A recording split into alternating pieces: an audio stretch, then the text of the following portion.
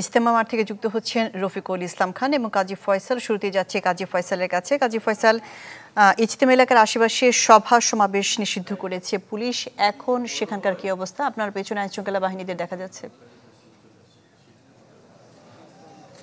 শাহনাজ, এখন এখানকার অবস্থা খুবই স্বাভাবিক বলা যায়। এখানে সাতপন্থী যারা অবস্থান নিয়েছিলেন তাদের ঊর্ধ্বতন পর্যায় থেকে অর্থাৎ মুরব্বীর পর্যায় থেকে যখন নির্দেশনা আসলো যে তারা এই ময়দান ছেড়ে দিবেন, এবং এই ঘোষণার পর থেকে মূলত ময়দানটি ছেড়ে দিতে শুরু করেছে সাতপন্থী তাবলিগ জামাতে যারা রয়েছেন তারা।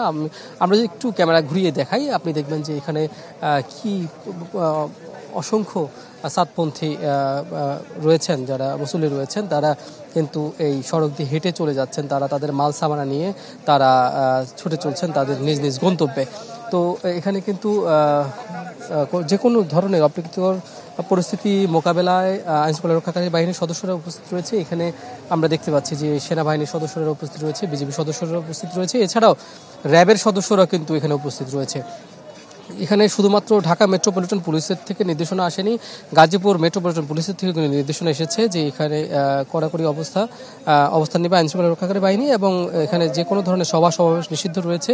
এবং এটি অনেকটা 144 ধারার কাছাকাছি বলেছেন এখানকার যিনি রয়েছেন গাজীপুরের ঊর্ধ্বতন কর্মকর্তা, পুলিশের ঊর্ধ্বতন কর্মকর্তা, তিনি বলছেন। তো শুরুর দিকে কিন্তু একটু ঘোলাটে পরিস্থিতি ছিল এখানে। সাতপন্থী যারা রয়েছেন ঘোষণার পরে কিন্তু তারা একটি পক্ষ মাঠ ছাড়তে চেয়েছেন, আরেকটি পক্ষ কিন্তু মাঠ ছাড়তে চাচ্ছিলেন না। পরবর্তীতে চূড়ান্ত সিদ্ধান্ত আসে যে তারা সকলেই মাঠ ছেড়ে দিবেন, এবং এই হলো মাঠের বাইরের রাস্তার পরিস্থিতি। এখানে কিন্তু অসংখ্য মুসল্লি তারা তাদের বিভিন্ন মাল সামানা মাথায় করে হাতে করে যেভাবে পারছেন নিয়ে নিজ গন্তব্যে ছুটে চলছেন। মাঠ অনেকটাই ফাঁকা অবস্থায় রয়েছে, এবং এখানে কিন্তু যারা রয়েছেন শুধুমাত্র তারা জুবাইরপন্থী এখানে যারা রয়েছেন তারা সাতপন্থী, জুবাইরপন্থী কেউ এখানে নেই, তারা আগেই মাঠ ছেড়ে চলে গেছেন। তো এখানে আপনি আরেকটি দৃশ্য দেখতে পাচ্ছেন যে এখানে বিভিন্ন বয়সীরা কিন্তু এখানে তারা এই মাঠটি ছেড়েছেন, এবং তারা বলছেন তারা আক্ষেপ প্রকাশ করছেন যে তারা এই 5 দিনে তারা যে জোড় ইজতেমা করার কথা ছিল তারা সেটি করতে পারেনি। এটি আগামী 20 তারিখ থেকে হওয়ার কথা ছিল। ইতিমধ্যে এর আগে কিন্তু জুবাইরপন্থী তারা কিন্তু 5 দিনে জোড় ইজতেমা সম্পন্ন করেছেন, এবং তারা ইজতেমা সম্পন্ন করার পরে কিন্তু মাঠ ছেড়ে যাননি। সাতপন্থীদের ইজতেমা যেহেতু সামনে ছিল, এই কারণে তারা মাঠে আসছিলেন। মাঠে আসার জন্য তারা উপস্থিত হওয়ার জন্য তারা এখানে এসেছিলেন, কিন্তু এখানে জুবাইরপন্থী তারা বাধা দেয় এবং হামলা চালায়, এবং পরবর্তীতে সাতপন্থী তারাও কিন্তু পাল্টা হামলা চালায়। পরিস্থিতিতে কিন্তু প্রথম দিকে আমরা সকাল পর্যন্ত 3 জন নিহতের তথ্য আমাদের কাছে ছিল। ফয়সাল, আরেকটি বিষয়ে জানা ছিল, যেসব মুসল্লিরা মাঠ ছাড়ছেন দেখতে পাচ্ছি তারা অনেকেই বয়স্ক। তারা যেন তাদের নির্দিষ্ট গন্তব্যে পৌঁছাতে পারেন, তাদের নির্দিষ্ট কোনো জায়গায় পৌঁছে দেওয়ার মতো সরকারের পক্ষ থেকে কোনো যাতায়াতের ব্যবস্থা করা হচ্ছে কিনা বা যানবাহনের ব্যবস্থা করা হচ্ছে কিনা? বছর শেষের খুশি নগদে হবে বেশি। নগদ পেমেন্টে নির্দিষ্ট ক্যাটাগরির কেনাকাটায় 300 টাকা পর্যন্ত ক্যাশব্যাক। না, এই ধরনের কোনো, তারা প্রত্যেকে নিজ নিজ ব্যবস্থায় যাবেন বলে আমরা জানতে পেরেছি। সরকারের পক্ষ থেকে যাতায়াতের জন্য কোনো ব্যবস্থা করা হয়নি, তবে পথিমধ্যে যাতে কোনো ধরনের হামলা বা এই ধরনের কোনো সংঘর্ষের ঘটনা না ঘটে সেই জন্য পর্যাপ্ত পরিমাণে নিরাপত্তা ব্যবস্থা নিয়েছে প্রশাসন এবং আইনশৃঙ্খলা রক্ষাকারী বাহিনীর সদস্যরা। এবং পথের মধ্যে কিন্তু আপনার বিভিন্ন স্পটগুলো এবং এই মাঠের যেই কয়েকটি গেট রয়েছে, বাইরের গেট রয়েছে, প্রত্যেকটি গেটেই কিন্তু সেনাবাহিনীর সদস্য, র্যাব সদস্য, পুলিশ সদস্য তারা উপস্থিত রয়েছে, এবং তারা নিরাপত্তা বিধানের জন্য তারা সর্বোচ্চ চেষ্টা করছে। এবং এই ঘটনায় কিন্তু আমরা কিছুক্ষণ আগেও কিন্তু গাজীপুর মেট্রোপলিটন পুলিশের যে উপপুলিশ কমিশনার রয়েছেন তিনি বলেছেন যে এই ঘটনায় এখন পর্যন্ত কোনো মামলা হয়নি, তবে অবশ্যই মামলা গ্রহণ করা হবে। যদি যারা নিহত হয়েছেন তাদের স্বজনরা যদি মামলা করতে আসেন, কিংবা তাদের পক্ষ থেকে যদি মামলা করতে আসে, তারা অবশ্যই সেই অনুযায়ী ব্যবস্থা নেবেন। এবং এই ঘটনায় এখন পর্যন্ত কেউ আটক নেই সেই তথ্য কিন্তু আমাদের কাছে রয়েছে। এবং এই ঘটনায় কিন্তু সর্বশেষ যে তথ্য রয়েছে, স্বরাষ্ট্র উপদেষ্টা যেটি বলেছেন যে এই ঘটনায় এখন পর্যন্ত মোট 4 জন নিহত হয়েছেন। এর মধ্যে 3 জনের পরিচয় কিন্তু ইতিমধ্যেই আপনারা জেনেছেন যে তারা বগুড়ার রয়েছেন, ঢাকার মেরাদিয়ার একজন রয়েছেন। আসলে এখানে যারা বৃদ্ধ রয়েছেন তারা কিন্তু নিজ ব্যবস্থায় কিন্তু এখানে এই মাঠে এসেছিলেন, এবং নিজ ব্যবস্থায় তারা ছুটে চলছেন। এখানে শুধুমাত্র বৃদ্ধ না, অনেক শিশুরা কিন্তু তাদের সাথে এসে এই জোড় ইজতেমায় যুক্ত হয়েছিল। তো আসলে এখন পর্যন্ত এখানকার পরিস্থিতি খুব স্বাভাবিকই রয়েছে এবং হয়তো বিকেলের মধ্যে সন্ধ্যা নাগাদ এই পুরো মাঠটি ফাঁকা হয়ে যাবে এবং এখানে আর কেউ অবস্থান নেবেন না এবং পরবর্তীতে সরকারের যে আইনশৃঙ্খলা রক্ষাকারী বাহিনীর সদস্য রয়েছেন তারা পুরো মাঠটি কিন্তু তাদের নিয়ন্ত্রণে নেবেন। যেহেতু এখানে বলা হয়েছে নির্দেশনা যে গাজীপুর মেট্রোপলিটন পুলিশের পক্ষ থেকে যে ধরনের নির্দেশনা দেওয়া হয়েছে যে এই নির্দেশনা অনুযায়ী কিন্তু এই ইজতেমা ময়দান এবং ইজতেমার আশপাশের যে 3 কিলোমিটার এলাকা রয়েছে এই এলাকায় কিন্তু জনসাধারণের চলাচলে কিন্তু খুবই সীমিত করা হয়েছে, অর্থাৎ 2-এর অধিক কোনো ব্যক্তি একসঙ্গে এই স্থানে চলাচল করতে পারবেন না। যদি চলাচল করেন সেটি আইনের লঙ্ঘন হবে, তাদের বিরুদ্ধে ব্যবস্থা নেওয়া হবে।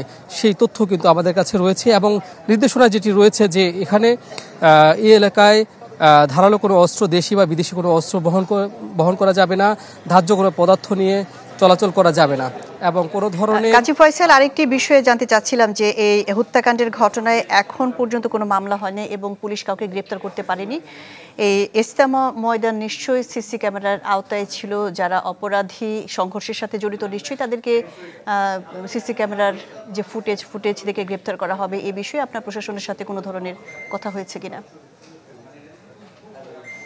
এই প্রশাসনের সাথে আমাদের কথা হয়েছে এই বিষয়ে। তারা বলছেন যে তারা সিসি ক্যামেরার ফুটেজ এই শুধু ময়দান নয়, ময়দানের আশপাশে এলাকায় যেসব স্থানে সংঘর্ষের ঘটনা ঘটেছে এবং যেই সব স্থানে হত্যাকাণ্ডের ঘটনা ঘটেছে সেই স্থানগুলোতে যদি সিসি ক্যামেরার ফুটেজ তারা পান তারা সেগুলো বিশ্লেষণ করবেন এবং তারা দেখবেন যে আসলে কারা এই ঘটনা ঘটিয়েছে এবং যারা এই ধরনের ঘটনা ঘটিয়েছে, এই ধরনের ভয়ঙ্কর রকমের ঘটনা ঘটিয়েছে তাদেরকে কোনোভাবে ছাড় দেওয়া হবে না বলে পুলিশের প্রশাসনের পক্ষ থেকে আমাদেরকে নিশ্চিত করা হয়েছে। তারা বলেছেন যে এই ঘটনা যাতে আর না ঘটে সেই ধরনের প্রস্তুতি কিন্তু তারা নিয়ে রেখেছেন এবং পরবর্তীতে যদি তাবলিগ জামাতের সাতপন্থী এবং জোবায়েরপন্থী যদি দুই পক্ষই আলোচনার মাধ্যমে, সুষ্ঠু আলোচনার মাধ্যমে সবকিছু শৃঙ্খলভাবে তারা সম্পন্ন করতে পারেন তাহলে পরবর্তীতে তাদেরকে এখানে ইজতেমা করতে দেওয়া হবে, অন্যথায় সেটি দেওয়া হবে না। এখানে কিন্তু আপনি দেখতে পাচ্ছেন যে দেখছেন যে আসলে এখনও কিন্তু মুসল্লিরা তাদের মাল সামানা নিয়ে ভারী মাল সামানে তারা বের হয়ে যাচ্ছেন। তারা আসলে একটু কষ্টই হচ্ছে বলা যায় তাদের, কারণ তারা এখানে মাঠে এসেছিলেন তাদের বিভিন্ন যানবাহন দিয়ে, কিন্তু তারা এখন পায়ে হেঁটেই তাদের এখান থেকে সরে যেতে হচ্ছে, যেহেতু প্রশাসন পুরো এলাকাটি এই ইজতেমা ময়দানের আশপাশের যে এলাকা, ময়দানটি কিন্তু অনেক বড় এবং প্রত্যেকটি প্রবেশ মুখেই কিন্তু আইনশৃঙ্খলা রক্ষাকারী বাহিনীর সদস্যরা রয়েছেন এবং তারা কিন্তু এখানে নিরাপত্তা বিধান করছেন এবং এখানে কোনো ধরনের যানবাহন চলাচল করতে দেওয়া হচ্ছে না, ঢুকতে দেওয়া হচ্ছে না। এখানে নতুন করে কেউ মাঠে প্রবেশও করতে পারছে না, শুধুমাত্র বের হওয়া যাচ্ছে মাঠ থেকে। এবং তারা বলছেন এখানে মুসল্লি যারা রয়েছেন তারা একটি দাবি জানাচ্ছেন তাদেরকে যেন 5 দিনের যে জোড় ইজতেমা হওয়ার কথা ছিল 20 তারিখ থেকে সেটি যেন তাদেরকে করতে দেওয়া হয়। তাদের আক্ষেপ তাদেরকে যেহেতু জোবায়েরপন্থী যারা রয়েছেন তারা 5 দিনের জোড় ইজতেমা করেছেন ইতিমধ্যে এবং করার পরেও তারা এই মাঠে অবস্থান নিয়েছেন এই সাতপন্থী যারা আছে তাদেরকে প্রতিহত করার জন্য এবং সেই উদ্দেশ্যে কিন্তু জোবায়েরপন্থী যারা অবস্থান নিয়েছিলেন তারা তো নিয়েই রেখেছেন, মাঠে ছিলেনই। সাতপন্থী যারা তারা কিন্তু 5 দিনের জোড় ইজতেমা প্রস্তুতির জন্য তারা এখানে এসেছিলেন। গত রাত 3টার দিকে মূলত এই সংঘর্ষের ঘটনা ঘটে। আমরা যতটুকু জানতে পেরেছি এখানে সাতপন্থী যারা রয়েছেন তারা যখন এখানে বিদেশি মেহমান ঢোকার যে গেটটি, এই গেট দিয়ে কিন্তু তারা মাঠের মধ্যে প্রবেশ করতে চেয়েছিলেন কামারপাড়া দিয়ে, তখন জোবায়েরপন্থী তাদেরকে ঢুকতে দেয়নি এবং মাঠে ঢুকতে তাদেরকে বাধা দিয়েছে এবং পরিস্থিতিতে দুই পক্ষের মধ্যে বাকবিতণ্ড হয়। এক পর্যায়ে দুই পক্ষই কিন্তু সংঘর্ষে জড়ায়। এখন যারা এই ঘটনায় এই সংঘর্ষে নিহত হয়েছেন তাদের পরিচয়, নাম ঠিকানা পাওয়া গেলেও আসলে তারা কোন পন্থী বা তারা আসলে কাদের লোক সেটি কিন্তু এখনও নিশ্চিত হওয়া যায়নি। দুই পক্ষই কিন্তু আমাদের গণমাধ্যমের কাছে দাবি করছেন যে এখানে যারা নিহত হয়েছেন তারা তাদেরই লোক। তো আসলে এটি প্রশাসনই বের করবে, আইনশৃঙ্খলা রক্ষাকারী বাহিনীর সদস্যরা বের করবে আসলে মূলত তারা কাদের লোক ছিল বা কোন পক্ষের কতজন নিহত হয়েছে। যেহেতু 4 জন নিহত হয়েছে, সবাই কি একটি জোবায়েরপন্থী নাকি সাতপন্থী এটি কিন্তু সরকারের আইনশৃঙ্খলা রক্ষাকারী বাহিনীর সদস্যরা এই ঘটনাটি তদন্ত করে বের করবে। আর মামলা হবে, এই ঘটনা মামলার পরেই মূলত এই তদন্তের কার্যক্রমটি শুরু হবে বলে আমরা প্রাথমিকভাবে জানতে পেরেছি। এখানে কিন্তু যখন সকাল থেকে আসলে শোনা যাচ্ছিল যে বড় ধরনের সংঘর্ষ যেহেতু রাতে বেলা হয়েছে, সকাল থেকেই কিন্তু সেনাবাহিনীর পর্যাপ্ত সংখ্যক সদস্য এবং তারা কিন্তু শুধুমাত্র খালি হাতে আসেনি, তারা কিন্তু এপিসি নিয়ে এসেছে। যদি আগামীতে কোনো ধরনের সংঘর্ষ জড়াতো বা এরপরে যদি কোনো ধরনের সংঘর্ষ জড়িয়ে পড়তো, তাহলে সেটি প্রতিহত করার জন্য কিন্তু সর্বরকমের প্রস্তুতি ছিল। তো পুলিশের পক্ষ থেকে আরও একটি বিষয় আমাদেরকে জানানো হয়েছে যে সংঘর্ষের পরে শুধুমাত্র 4 জন নিহত হয়নি, এই ঘটনায় আহত অর্ধশতের মতো ব্যক্তি তারা এখানকার স্থানীয় বিভিন্ন হসপিটালে তারা চিকিৎসা নিয়েছে এবং পরবর্তীতে। কাজী ফয়সাল, আরেকটি বিষয় জানতে চাচ্ছিলাম যে সেখানে যা হয়েছে অবশ্যই খারাপ হয়েছে, অনেক বয়স্ক মানুষজন অনেক দূর রাস্তা তাদের মানে বস্তা বেডিং নিয়ে হেঁটে বেড়াচ্ছেন। কোনো স্বেচ্ছাসেবক সংগঠন বা সরকারের কোনো পক্ষ থেকে কেউ কি তাদের পানীয়, কোনো ধরনের পানীয় অথবা হালকা খাবারের ব্যবস্থা করছে কিনা, চোখে পড়ছে কি? না শাহনাজ, এই আসলে এখানে কোনো স্বেচ্ছাসেবী সংগঠন কাজ করছে না। এখানে তাবলিগ জামায়াতে যারা আছে, যারা একটু ইয়াং, তারাই মূলত বৃদ্ধ যারা রয়েছে তাদেরকে সহযোগিতা করছে এখান থেকে সরে যেতে। যারা তরুণ রয়েছে তারাই মূলত মাল সামানা টেনে যাচ্ছে। তবে কিছু কিছু বৃদ্ধকে আমরা দেখতে পাচ্ছি যে তারাও কিন্তু খুব ওজন নিয়ে কিন্তু চলাফেরা করছেন এবং তারা এই স্থানটি ত্যাগ করছেন। এটি তাদের জন্য একটু কষ্টসাধ্য হচ্ছে এবং এখানে আসলে কেউ সহযোগিতা করছে। শুধুমাত্র আইন শৃঙ্খলা রক্ষাকারী বাহিনীর সদস্যরা নিরাপত্তা নিশ্চিত করার জন্য এখানে উপস্থিত রয়েছেন, আর রয়েছে আমরা গণমাধ্যম কর্মীরা। সাধারণ মানুষও কিন্তু এই এলাকা দিয়ে আমরা চলাচল করতে দেখছি না শাহনাজ। তো আসলে একটি বিষয় আপনি দেখবেন যে আমরা এই মুহূর্তে দাঁড়িয়ে আছি যে গেট দিয়ে মূলত যেখান থেকে মূলত সংঘর্ষের ঘটনাটা শুরু হয়েছিল, সেই কামারপাড়া সংলগ্ন বিদেশি মেহমানদের প্রবেশের যে গেট সেখানে রয়েছে। আমরা আজকে দুপুরে যখন আমরা এখানে ছিলাম তখনও আমরা দেখেছি যে এখানে পুরোপুরি প্রস্তুতি নিয়ে ছিল এবং নতুন করে কিন্তু অনেক এই সাতপন্থী যারা আছেন তারা কিন্তু এখানে এসেছিলেন এবং তারা সর্বপ্রকার প্রস্তুতি নিয়ে রেখেছে। তারা ওজোর ইস্তেমা করে তারা এই জায়গাটি ত্যাগ করবে। তারা কিন্তু তাঁবু টানিয়েছিলেন, তারা খাবার দাবার রান্না করছিলেন, সব কিছুই কিন্তু তারা এখানে সম্পন্ন করছিলেন। পরবর্তীতে জোহর নামাজের পর, যখন জোহর নামাজের আগে থেকে বৈঠক চলছিল মন্ত্রণালয়, স্বরাষ্ট্র উপদেষ্টা সহ অন্যান্য সরকারের মহলের সঙ্গে, এবং পরবর্তীতে দুই পক্ষ, সাতপন্থী এবং জুবাইরপন্থী দুই পক্ষের সাথে কিন্তু সরকারের ঊর্ধ্বতন মহলের বৈঠক হয় এবং কিভাবে এটি শান্তিপূর্ণভাবে সম্পন্ন করা যায় সেই বিষয়টি কিন্তু তারা আলোচনা করেছিলেন। তো আসলে এখন পর্যন্ত এখানকার পরিস্থিতি অনেকটাই স্বাভাবিক রয়েছে, কোনো ধরনের ঝুঁকি আমরা দেখতে পাচ্ছি না। আইনশৃঙ্খলা রক্ষাকারী বাহিনী পর্যাপ্ত নিরাপত্তা বিধান করছে।